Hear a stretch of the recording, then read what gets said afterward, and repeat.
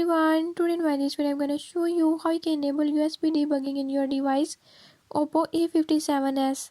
In this device Oppo A57s, let's see what this mode is, what it does and how to enable it. I'll tell you a few tips and tricks that you can use to do it. Before we move to the video, if you are new to my channel, don't forget to subscribe and press bell icon. Watch complete video and learn how you can do it. Let's